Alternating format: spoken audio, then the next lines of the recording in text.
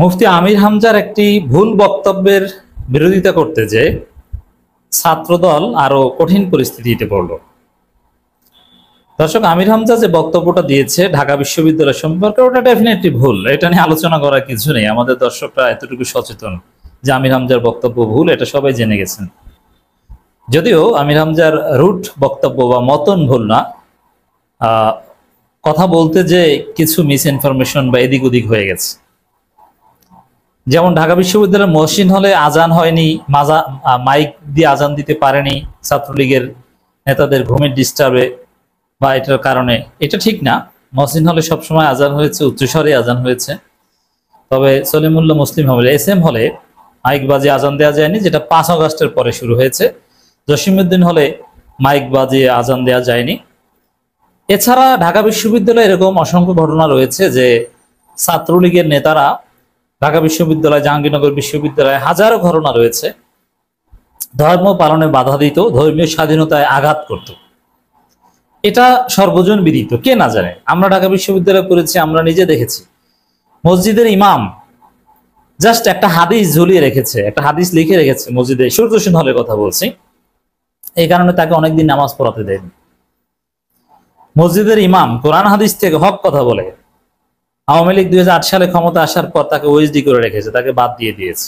ভারপ্রাপ্ত একজন ছাত্রলীগের এক পান্ডা ওকে ধরে ইমাম বানিয়েছে। আমার সূর্যসেন হলের কথা বলছি।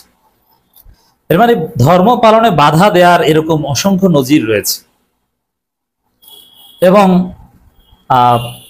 ছাত্রলীগের পান্ডারা নাচানাচি করবে, মদ খাবে, কিন্তু আপনি যদি তার পাশে বসে নামাজ পড়তে চান কিংবা কোরআন তেলাওয়াত করতে চান, তাহলে এটা স্বাভাবিক। তাকে তারা বের করে দিবে এবং বলবে যে তুমি বের হয়ে যাও, তাবলিগের রুমে যাও, বা এই রুমে বসে এটা করা যাবে না। তার বিড়ি খাওয়ায় যদি আপনি ডিস্টার্ব বোধ করেন, এরকম অনেক ঘটনা আছে যে মদ খাওয়ায় বাধা দেয়, আপনাকে নির্যাতন করা হয়েছে। এটা ঢাকা বিশ্ববিদ্যালয়ে যারা পড়েছে তারা জানে। আমির হামজার বক্তব্য ভুল। মহসিন হলে এ ধরনের ঘটনা ঘটেনি, বা যেটা ঘটেছে সেটার সমাধান 5 আগস্টের পরেই হয়েছে।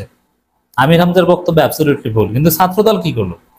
ছাত্রদল আমির হামজাকে ক্ষমা চাওয়ার জন্য মিছিল করেছে, সংবাদ সম্মেলন করেছে মহসিন হল ছাত্রদল। এখন এটা করতে যে তারা যে বয়ান হাজির করেছে সেটা পুরোপুরি ছাত্রলীগকে ডিফেন্ড করা হয়। ছাত্রদল কঠিন পরিস্থিতিতে এই জায়গায় বেকায়দায় পড়েছে, এই জায়গায় যে আমির হামজার বক্তব্যের বিরোধিতা তো ভাই আমরাও করি, জামাত শিবিরের লোকজনও তো বিরোধিতা করে। আমির হামজাকে নমিনেশন দেওয়া ঠিক হয়নি, এটা জামাতের লোকজন বলে, আমি বলি না, অনেকেই বলেন। আমি মনে করি যে ঠিক আছে, তিনি জিতবেন এবং তার যে সমস্যাগুলো এটা সমাধান হবে অচিরেই। He is under treatment. এই জায়গায় আরো অনেক মানুষ, জামাতপন্থী অনেক আলেম উলামা দেখলাম যে আমির হামজাকে রেস্ট নিতে বলছেন, মাইক কেড়ে নেয়া, মোবাইল কেড়ে নেওয়ার কথা বলছেন তার হাত থেকে, যেগুলো বাদ দেন। কিন্তু ছাত্রলীগ আওয়ামী লীগকে গ্লোরিফাই করে নয়, তাদেরকে দায় মুক্তি দিয়ে নয়। কিন্তু ছাত্রদল যেটা করলো, আমির হামজাকে ক্ষমা চাইতে বলছে প্রকাশ্যে। এটা করতে যে তারা ছাত্রলীগকে দায় মুক্তি দিল, যে না ছাত্রলীগের কোনো দোষ নাই, একদম ভালো, সব ভালোভাবে চলছে। এটা আমির হামজারা বানিয়ে বানিয়ে বলছে নাটক অভিনেতা, অমুক তমুক, কৌতুক অভিনেতা। অথচ ছাত্রলীগ আওয়ামী লীগ ভয়ঙ্কর ভাবে ধর্ম পালনে বাধা দিয়েছে, এটা সর্বজন বিদিত। এটা যে অস্বীকার করবে সে মিথ্যুক। এমনকি এই বিএনপি এতটাই নিচে নেমেছে যে আবরার ফাহাদকে ছাত্রলীগ হত্যা করেছে, এটাও তারা এখন বিশ্বাস করে না। ছাত্রলীগ হেলমেট বাহিনী ছিল, এটাও তারা বিশ্বাস করে না। ছাত্রদলের আসলে কপাল খারাপ, ভালো কাজ করতে গেলেও বেকায়দার হয়ে যায়। যেমন এরা গিয়েছিল শপথ করতে ডাকসু নির্বাচনের আগে, যে আমরা শপথ করে দিছি যে, কিন্তু সেখানে ঘটলো আর এক ঘটনা। শপথ শুরুর আগেই শপথ পড়ে যে আমরা শপথ করে দিছি, যে একটা হাসাহাসির পরিবেশ তৈরি হয়ে গেল। শপথ অনুষ্ঠান এক প্রকার পণ্ড। নারীদের পক্ষে কথা বলতে গেছে শিবিরের বিরুদ্ধে, তা অভিনয় ফাঁস হয়ে যায়, বলে যে আমরা নারী নির্যাতনের পক্ষে সারা জীবন। ওদের কপাল খারাপ। এই কপাল খারাপ থেকেই দেখছেন যে সব জায়গায় ভূমিধস পরাজয়। আবার এরা এই আমির হামজার বিরোধিতা করতে যে ছাত্রলীগকে দায় মুক্তি দেয়। এর চাইতে দুঃখজনক আর লজ্জাজনক কি হতে পারে যে ছাত্রলীগকে দায় মুক্তি দিয়ে কথা বলতে হয় জাতীয়তাবাদী ছাত্র দলকে। এছাড়া দেখেন ঢাকা বিশ্ববিদ্যালয়ে ছাত্রদলের সবচেয়ে স্মার্ট ইউনিট হওয়ার কথা। আর ঢাকা বিশ্ববিদ্যালয়ের মধ্যে মোস্ট পলিটিক্যাল হলের মধ্যে মহসিন হল, সূর্যসেন হল, এরা টপ। সূর্যসেন হল, মহসিন হল থেকে বড় বড় নেতা বের হয়। জহুরলোক হলও আছে ভালো অবস্থানে। সেই জায়গায় একটা স্মার্ট ইউনিটের নেতারা বা টোটাল ছাত্র দলের সবচেয়ে স্মার্ট ইউনিটের নেতা ঢাকা বিশ্ববিদ্যালয়, তাদের কোনো রাজনীতি নেই। আমির হামজা কি বলেছে এটা নিয়ে তারা প্রেস কনফারেন্স করে, কোনো কাজ আছে তাদের? আরে ভাই, আমির হামজা কি বলছে না কি বলছে এরকম মিথ্যা কথা তো বিএনপির এমপি ক্যান্ডিডেট প্রত্যেকদিন কয়েক হাজার বলে। আমির হামজা একজন এমপি ক্যান্ডিডেট, ওই রকম যদি বিএনপির এমপি ক্যান্ডিডেটদের আমরা ধরি, তারা ফেসবুকে যে পরিমাণ গুজব ছড়ায় এবং মিথ্যা ছড়ায়, জামাতের মধ্যে তো আমির হামজা একা একটা ভুল করে ফেলেছে, কিন্তু বিএনপি নেতারা তো টকশোতে যে ধরনের অপপ্রচার গুজব প্রতিনিয়ত ছড়ায়। ঠিক আছে, তারপরও আমির হামজা একজন হুজুর, তার এই বক্তব্য নিয়ে এটা সর্বোচ্চ কুষ্টিয়া ভেড়ামারা ডিগ্রি কলেজের ছাত্র দলের সভাপতি সেক্রেটারি যদি ফেসবুক পোস্ট দিত মানাইতো। মহসিনাল ছাত্র দল, ঢাকা বিশ্ববিদ্যালয়ের ছাত্র দল এটা নিয়ে প্রেস কনফারেন্স করে, এটা নিয়ে বক্তব্য, কোনো কাজ আছে? ঢাকা বিশ্ববিদ্যালয় নিয়ে এরকম মিথ তো অনেক আছে ভাই, কত হুজুররা কত কিছু বলে, বানিয়ে বলে, সঠিক বলে। ঢাকা বিশ্ববিদ্যালয়কে অনেকে প্রাচ্যের অক্সফোর্ডও তো বলি আমরা, তাই না? তো অনেক কিছুই তো বলা হয়। তো এগুলো নিয়ে একটা দায়িত্বশীল ছাত্র সংগঠনের সংবাদ সম্মেলন করা কাজ কখন এটা করে? যখন এদের কোনো কাজ না থাকে। তা আমির হামজাকে ক্ষমা চাইতে বলার মাধ্যমে প্রমাণিত হয় যে ছাত্র দলের কোনো কাজ নেই।